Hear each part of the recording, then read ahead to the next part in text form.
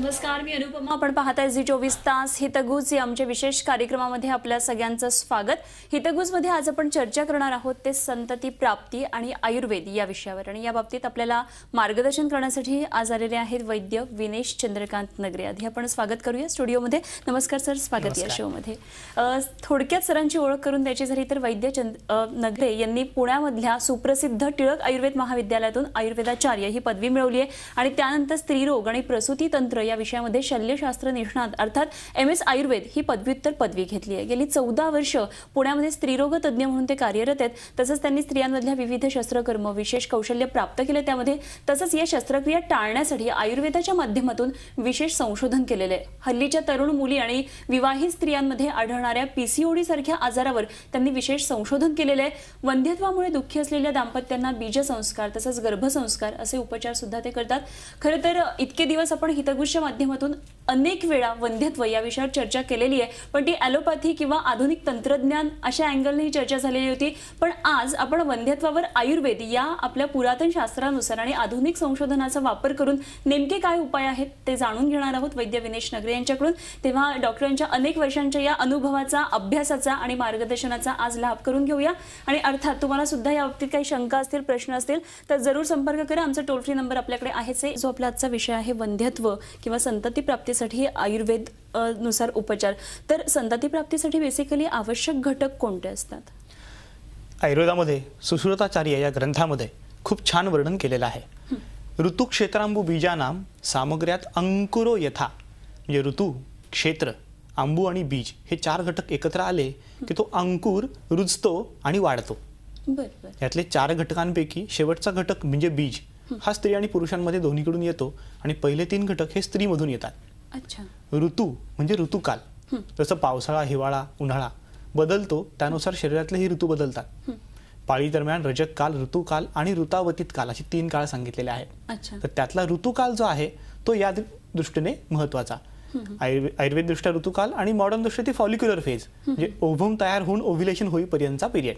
अच्छा. दुसरा आहे क्षेत्र. क्षेत्र म्हणजे गर्भाशय, गर्भाशयातलं अस्तर किंवा जमीन.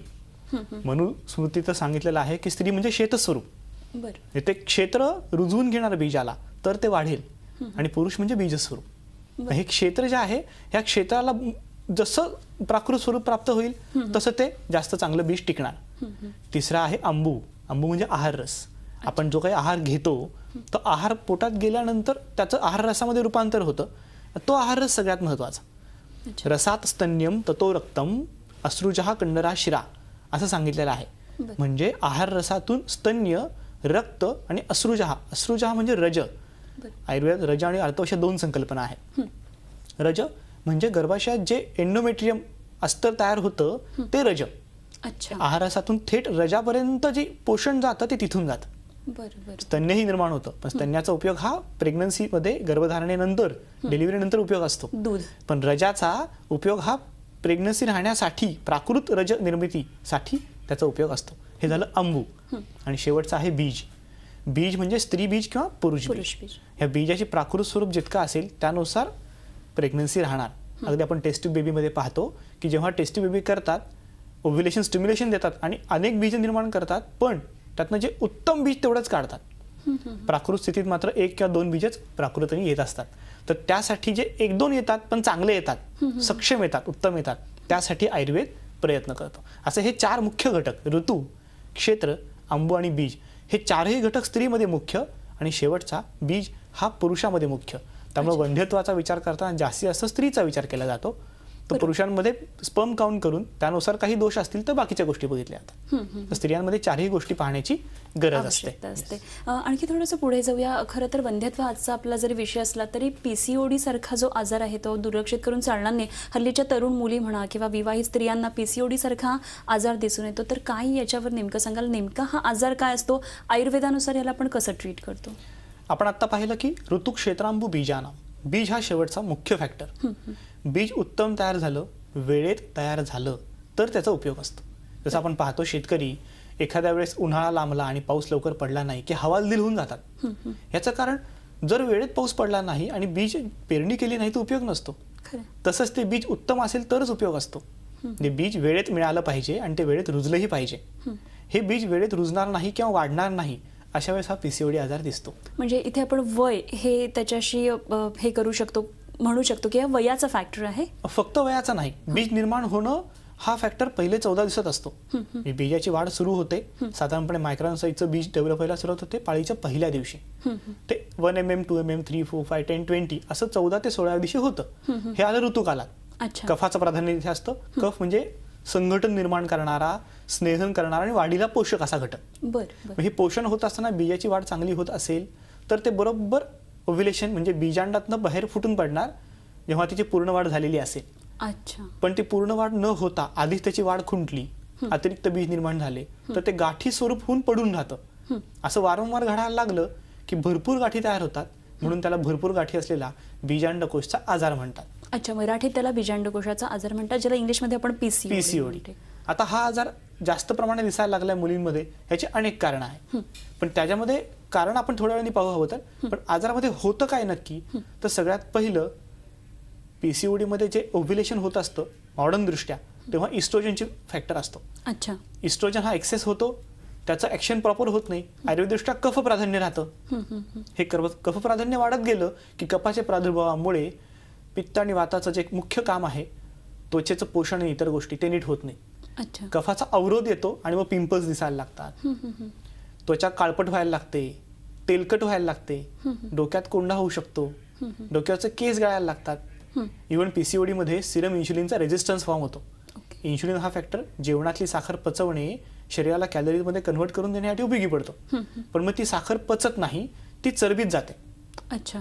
अतिरिक्त चरबी वाढायला लागते. आणि मुलींची तक्रार अशी असते किंवा महिलांची तक्रार असते की मी जेवते पण मला ताकदच वाटत नाही, कारण ते कन्व्हर्जन होत नाही. आणि हा जो अतिरिक्त इन्शुलिन उरतो, जो काम करत नाही, तो शरीराला त्रास द्यायला लागतो. त्रास द्यायला लागतो, त्यामुळे शरीरातले स्त्रीत्वाचे गुणधर्म कमी होतात, पुरुषत्वाचे गुणधर्म वाढायला लागतात. त्यामुळे होतं असं की केस गळायला लागतात डोक्यावरचे, छान लांब सडक सुकुमार केस असे त्याचं लक्षण असतं. पण ते कमी होतं, रुखरुखीत, कोरडे, तुटणारे, गळणारे, पांढरे केस दिसायला लागतात. मुली तक्रार करतात आता मी टकली होईन का काय. दुसरं असतं अनावश्यक केसांची वाढ. पुरुषांमध्ये दाढी, मिशी, हनुवटे केस असतात, तसे मुलींना हळूहळू केस दिसायला लागतात आणि सामाजिक प्रश्न निर्माण होतो. होय, खरं. तिसरा आहे सहनशीलता. हा मुख्य गुणधर्म आहे स्त्रियांचा किंवा मुलींचा. सगळं सहन करणार शांतपणे, शांतपणा नष्ट होतो, चिडचिड वाढायला लागते, कंटाळा यायला लागतो आणि या सगळ्यांमुळे नैराश्य यायला लागतं. या मुलीचा स्वभाव कधी बदलेल हे समजत नाही. कधी राग येतो, कधी एकटीच बसून राहते, काही कळत नाही. हे सर्व फॅक्टर केवळ या पीसीओडी या आजारामुळे येतात. आणि त्याचे प्रत्यक्ष परिणाम म्हणजे काय, तर पाळी अनियमित व्हायला लागते. पाळीमध्ये जो अंगावरचा रक्तस्राव होतो तो पण कमी जास्त व्हायला लागतो. आणि बीज तयार होत नाही, हा मुख्य फॅक्टर की नाही. तर बीज तयार होत नाही म्हणजे मग आयुर्वेद दृष्ट्या काय, वंध्या नष्टार्थवम विद्यात. नष्ट आर्तव, बीज तयार होत नाही त्या स्त्रीला वंध्या म्हणावं. आजच्या दृष्टीने आपला जो विषय महत्वाचा आहे वंध्यत्व आणि आयुर्वेद, त्यातलं वंध्या हे पीसीओडी मध्ये दिसतं. बरोबर. पीसीओडी मुळे वंध्यत्व येतं, मूल होणं अवघड होऊन जातं. बरोबर. पण ते इम्पॉसिबल आहे असं तर होत नाही, म्हणजे यावर तुम्ही काय सांगाल. अर्वाचीन शास्त्रात खरं असं म्हणलंय की PCOD cannot be क्युअर्ड, it can be controlled. पण मग आयुर्वेद दृष्ट्या आपण जर पाहिलं तर सुश्रुताचार्य या ग्रंथामध्ये जे आयुर्वेदाचे प्राचीन सर्जन होते, खूप छान रचना सांगितलेली. सगळ्यात महत्वाचं आयुर्वेद कसं काम करतो, आयुर्वेदच्या काही मूलभूत संकल्पना आहेत. त्रिदोष, त्रिमल, सप्तधातू. म्हणजे आयुर्वेद कुठलाही व्याधी वर्णन करण्याच्या आधी या मूलभूत संकल्पना स्पष्ट करून सांगतो. बरोबर. मूलभूत संकल्पना जर आपण नीट समजून घेतल्या आणि त्या रुग्णाला झालेला त्रास समजून घेतला तर त्या त्रासानुसार या संकल्पना लावल्या तर त्यात काय उपचार केले पाहिजेत हे कळतात. अगदी अगदी. आपण जेव्हा पीसीओडी हा आजार पाहतो तेव्हा त्यात दिसतं की वंध्या नष्टार्थवम विद्यात. आर्तव म्हणजे बीज तयार होत नाही. बीजाची संकल्पना काय, आयुर्वेद म्हणतो शुक्राणू म्हणजे बीज. सप्तधातू आहेत, रस, रक्त, मांस, मेद, अस्थि, मज्जा आणि शुक्र. शुक्रातून शुक्राणू. अणू म्हणजे सूक्ष्म स्वरूप. स्थूल शरीरातलं शरीर, त्या शरीरामधून निघणारा सूक्ष्म स्वरूपी कोण, तर सूक्ष्म असा अणू शुक्राणू. बरोबर. या शुक्राणूपर्यंत पोषण पोचलंय का, तर ते पोचत नाही. आपण पाहतो रस, रक्त, मांस पोषण नाही म्हणून स्किनचं कलर कॉम्प्लेक्शन टेक्स्चर खराब होत आहे. मेद धातू अतिरिक्त वाढतोय, जाडी वाढत जाते ह्या आजारामध्ये, कारण सिरम इन्शुलिनचा रेजिस्टन्स असतो. त्याच्यानंतर चिडचिड होते. मज्जा धातू म्हणजेच मेंदू, मेंदूचं पोषण होत नाही, मेंदूचं पोषण नाही तर चिडचिड होणार. आणि तसंच मग शुक्राचं पोषण, या 7 धातूंवर शुक्राचं पोषण अवलंबून असतं. शुक्रातून शुक्राणू, मग हे सप्तधातूंची जर चिकित्सा नीट केली, त्यांचं पोषण नीट होऊ दिलं तर होऊ शकतं. पण सप्तधातूंचं पोषण करायचं म्हणजे काय, तर त्या प्रत्येक धातूला स्वतःची मेटाबॉलिक पॉवर, धातुवग्नी आहे. हा धातुवग्नी चांगला राहायला पाहिजे. धातुवग्नी ही कन्सेप्ट कुठल्याही शास्त्रात नाही, फक्त आयुर्वेदात आहे. बाकी लोक म्हणतात तुम्ही जे खाता ते पचतं, संपलं. असं आयुर्वेद म्हणत नाही. आयुर्वेद म्हणतो खूप सूक्ष्म पचन असतं. रसधातूचं वेगळं पचन आहे, रक्ताचं वेगळं पचन आहे. आपण मगाशी पाहिलं, रसात स्तन्यम ततो रक्तम असृजहा कंडरा शिरा. एक आहार रस निघाला की तो पोषण करताना पहिल्यांदा स्तन्याला पण देणार, रक्ताला पण देणार, रजाला सुद्धा देणार. एकमेकांना अवलंबून पोषण आहे. धातूंचं पोषण असंच अनुलोम गतीने असतं. रसावर रक्ताचं, रक्तावरून मांसाचं, मांसावरून मेदाचं, असं होत होत जातं.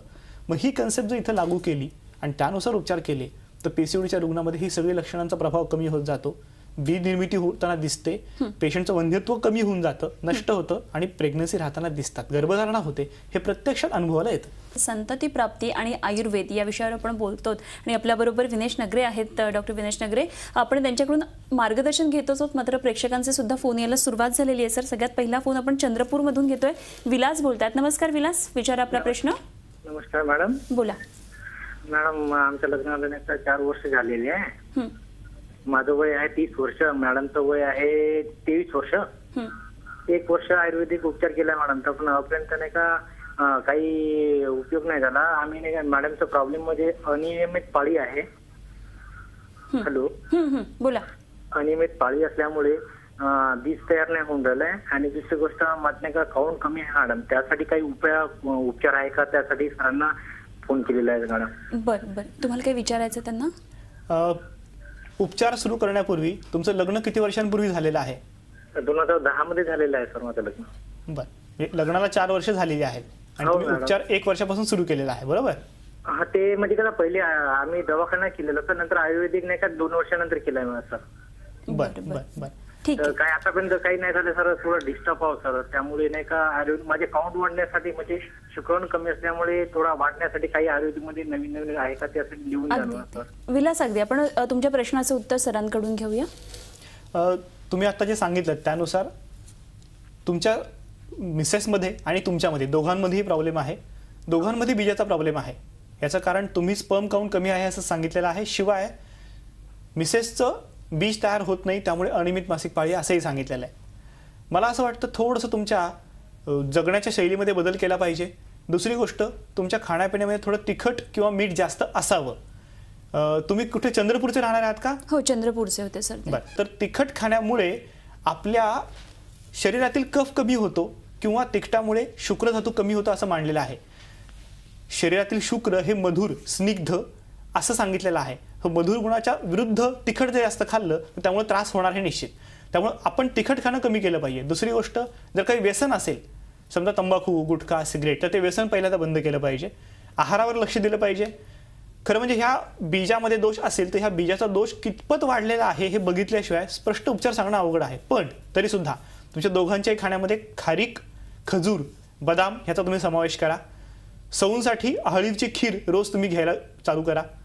दुसरी गोष्ट, लवकर उठणं आणि रोज थोडाफार व्यायाम करणं हे सुरू करा. रात्री जर उशिरा झोपत असाल तर लवकर झोपायला सुरुवात करा, जेणेकरून शरीराला विश्रांती मिळू शकेल. अगदी. आपण पुढचे प्रेक्षक आपल्या संपर्कात आहेत, आपण त्यांचाही फोन घेऊया. पुण्यावरून पुढचे प्रेक्षक आहेत, प्रणाली बोलतात. नमस्कार प्रणाली, विचारा आपला प्रश्न. हो मॅडम, माझा असा प्रश्न आहे की माझ्या लग्नाला 2 वर्ष झालेत आणि माझी पाळी वेळेवर नाही आणि माझं बीज वाढतं, कधी फुटत नाही. बरेच दवाखाने केले, काही फरक पडलेला नाही अजून. बरं, ठीक आहे, आपण सरांना विचारूया. पाळीमध्ये बीज वाढतं पण फुटत नाही, बरोबर? याचं कारण आपण जे आता मगाशी बघितलं, रजक काल, ऋतुकाल आणि ऋतावतीत काल. यातला रजक काल म्हणजे पाळी येणं, ऋतुकाल म्हणजे कफाचा काळ ज्यात ओव्ह्युलेशन होतं, त्या काळात तुमचं बीज वाढते पण फुटत नाही. याचं कारण त्याच्यानंतरचा जो काळ आहे पित्ताचा, तो सुरूच होत नाही. बऱ्याच वेळा असं दिसतं की पित्त प्राधान्य आलं नाही, कफाचं प्राधान्य जास्त आहे, म्हणून बीज तयार होतं पण फुटत नाही. अशा वेळेस तुम्ही घरच्या घरी साधं सोपं लताकरंज ही जी वनस्पती आहे ह्याचं चूर्ण गुळाबरोबर साधारणपणे 1 छोटा चमचा एवढं सकाळ संध्याकाळ घेऊ शकता. त्यामुळे बीज फुटण्याचे चान्सेस नक्कीच वाढू शकतील. अगदी. आपण आपल्या विषयाकडे आणखी पुढे थोडंसं जाऊया. खरं तर वंध्यत्वाची अनेक कारणं आहेत, पण काय नेमकी सामान्य कारणं आहेत त्याविषयी थोडंसं सांगाल? वंध्यत्वाची सामान्य कारणं बघायची असतील तर सुरुवातीला लग्नाचं वाढतं वय. बरोबर. पूर्वी लग्न ही 16 ते 18 वर्षाच्या दरम्यान स्त्रियांची व्हायची, त्याच्याही आधी व्हायची. त्यामुळे जेव्हा गर्भधारणा व्हायला हवी तेव्हा ती बरोबर व्हायची. अच्छा. आपण जर पाहिलं तर स्त्रीच्या वयाचे 4 टप्पे केलेले आहेत. बाला तू गियते नारी यावत वर्षांनी षोडश. 16 वर्षापर्यंत कफ प्राधान्य असतं आणि तिला बाला किंवा कुमारी असं म्हणतात. त्याच्यानंतर आहे ते तरुणी. 16 पासून 32 पर्यंत वय हे तरुणी. हे पित्त प्राधान्याचा काळ. पित्त म्हणजे एनर्जी, ऊर्जा, जी प्रत्येक गोष्टीच्या नवीन डेव्हलपमेंटसाठी, नवीन गोष्टी तयार होण्यासाठी आवश्यक असते. गर्भधारणा होणे, गर्भ वाढवणे, बाळंतपण होणे या सगळ्यासाठी खूप ऊर्जा लागते. त्या बाळाला वाढवायला ऊर्जा लागते. ती आई सक्षम पाहिजे. मग ती सर्व ऊर्जा या वयात तिला लाभते, म्हणून तर मूल छान राहतं, आई छान राहते, सुदृढ राहते. 32 नंतर आहे 50 पर्यंतचा काळ. त्याला अधिरूढा. स्त्रीच्या शरीरातले सर्व घटक रूढ होतात, म्हणून आपण तिला प्रौढ स्त्री म्हणतो. प्रौढा. मग त्या रूढ झाल्यानंतर प्रेग्नन्सी राहण्याचे चान्सेस असतात, पण थोडे कमी होत जातात, कारण सुकुमारता, नाजूकता ही कमी झालेली असते. मग अशा वेळेस 50 नंतर काय तर वृद्धा तत्परतोज्ञेया सुरतोत्सव वर्जिता. पाळी थांबलेली असते, बीज तयार होणं बंद झालेलं असतं. अशा वेळेस वाताचा काळ सुरू होतो. अच्छा. वृद्धा तत्परतोज्ञेया याच्यावरून एक थोडंसं उदाहरण सांगतो. एक रुग्ण आली, ती माझ्यासमोर बसली. बसल्या बसल्या ते आठवलं, वृद्धा तत्परतोज्ञेया. ती बसल्यानंतर तिने मला नंतर सांगितलं की माझी पाळी आलेलीच नाही, माझे गर्भाशय आणि बीजकोश दोन्ही लहान आहेत. वृद्धा का म्हणलं? कारण जसं 70 वर्षाची आजी असते की नाही, बारीक झालेली, सुकलेली, चेहरा पूर्ण सुकलेला, तशी ती मुलगी होती. अक्षरशः तशी. म्हणजे बघितलं कळलं, वृद्धा तत्परतोज्ञेया. लगेच ओळखायला पाहिजे की ही वृद्ध आहे. मग त्यानुसार तिची चिकित्सा केली, कारण त्या काळात वाताचं प्राधान्य असतं. बरोबर. वाताचं प्राधान्य पाहून मग त्यानुसार चिकित्सा केली. मग तिला रसायन चिकित्सा, इतर चिकित्सा करतात. यामध्ये वाढतं वय हा महत्वाचा फॅक्टर आहे. आपण पाहतो करिअर असतं, कॉलेज असतं, इतर गोष्टी असतात, त्यामुळे 30च्या आधी बऱ्याच लग्न होतच नाही. विनेश नगरे आपल्या बरोबर आहेत, मार्गदर्शन करतात. सर, आपण वंध्यत्वाची सामान्य कारणं बघत होतो. आपण मागाशी साधारणपणे वयाचा फॅक्टर बघितला. आता आहे आहारातील आमूलाग्र बदल. तिखट, खारट, चमचमीत खाणे, चीज बटर पनीर खाणे, फास्ट फूड खाणे, ह्याची सवय खूप वाढलेली आहे. पाणीपुरी पाहिली तर मुलींचे जास्त प्रमाण तिथे दिसतं. तिखट खाण्याची चव का वाढली आहे? याचं कारण ताण पडलाय. मानसिक ताण खूप असतो, धावपळ खूप असते. मग चवीचं खावा अशी इच्छा निर्माण होते, आणि त्यामुळे हे जास्त चवीचं खाल्लं जातं. उशिरा उठणं आहे, उशिरा झोपणं आहे. त्यामुळे उशिरा उठल्यामुळे जडत्व येतं, उशिरा झोपल्यामुळे कोरडेपणा वाढतो. कोरडा आणि जड म्हणजे दगड. आपण पाहतो पीसीओडी सारख्या रुग्णांमध्ये बीजाची गाठ होते ना, ती गाठ म्हणजे दगडच थोडक्यात. तर ते तसं जडत्व येत राहतं. त्याच्या पलीकडे आहे आपण जे पाहतो ते, एकच minute, sorry, Coca Cola, Thums Up, तसेच कूलर मधील थंड पाणी पिणे. हे साधं पाणी तुम्ही नॉर्मल पिता, साधं थंड हवं. कूलर मधली प्यायची गरज नाही. कूलर मधलं पिलं की पोटातलं टेम्परेचर बदलतं. बरोबर. टेम्परेचर बदललं की पचन बदलतं. आपण पाहिलं सूक्ष्म पचन अतिशय महत्वाचं आहे. मग हे सूक्ष्म पचन होत नाही, आणि सूक्ष्म पचन झालं नाही की धातूंची डेव्हलपमेंट होत नाही. बरोबर. ही मुख्यतः कारण आहेत. आपण आणखी थोडंसं पुढे जाऊया. आणि मग आयुर्वेद उपचारांची दिशा कशी असते? सर्वात प्रथम संतती प्राप्तीसाठी येणारा रुग्ण हा खूप स्ट्रेसमध्ये असतो. मानसिक ताण वाढलेला असतो. मूल होत नाही, आता काय करायचं, इतके उपचार झाले, तितके उपचार झाले. जेव्हा आयुर्वेदाकडे वळणार तेव्हा बरेच वर्ष उपचार करून झालेले असतात. सगळ्यात पहिले त्यांचा मानसिक ताण कमी करणे. दुसरं आहे उभयता, दाम्पत्यामधला सुसंवाद दुरुस्त करणे. सुसंवाद नसल्यामुळे देखील प्रेग्नन्सी राहत नाही. तिसरं आहे नियमित व्यायाम.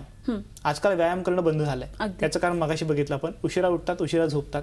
दिनचर्या. उशिरा उठल्यामुळे व्यायामाला वेळच नसतो. मग धावत पळत कधीतरी जिमला जाणार. त्यामुळे नियमित व्यायाम करणे. अगदी जिमलाच जायला पाहिजे असंही नाही. सूर्यनमस्कार घालू शकता, चालायला जाऊ शकता, नुसतं भटकायला जाऊ शकता, घराबाहेर पडा, भटकून या. प्राणायाम करू शकता. प्राणायामातला अनुलोम विलोम करू शकता.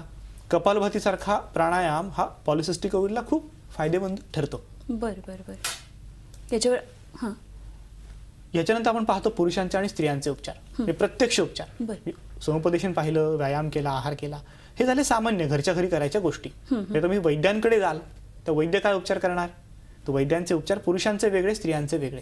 बर. आपण म्हणतो सप्ततत्व चिकित्सा, पण दोघांचे घटक थोडेसे वेगळे असतात. त्याच्यामुळे उपचारांची दिशा उपचारांची दिशा वेगळी बदलते. असते. थोडक्यात सर आजच्या एपिसोडमधून खरं तर एक बोध घेण्यासारखं आहे की आयुर्वेद जे पुरातन खरं तर शास्त्र आहे, लवकर फरक पडत नाही हे लोकांचे गैरसमज असतात. मात्र अशा जे आजार आहेत पीसीओडी सारखे काय म्हणूया आपण क्लिष्ट आजार आहेत, त्याला सुद्धा खूप चांगले उपाय आयुर्वेदामध्ये आहे, हेच आपण याच्यातून बोध घेऊ शकतो. तुम्ही आलात आणि खूप छान मार्गदर्शन केलं, त्याबद्दल खूप खूप धन्यवाद. आणि यानंतर हितगुज या आमच्या विशेष कार्यक्रमात आपण इथेच थांबतोय. पाहत रहा झी 24 तास आणि रहा एक पाऊल पुढे. झी 24 तास रहा एक पाऊल पुढे.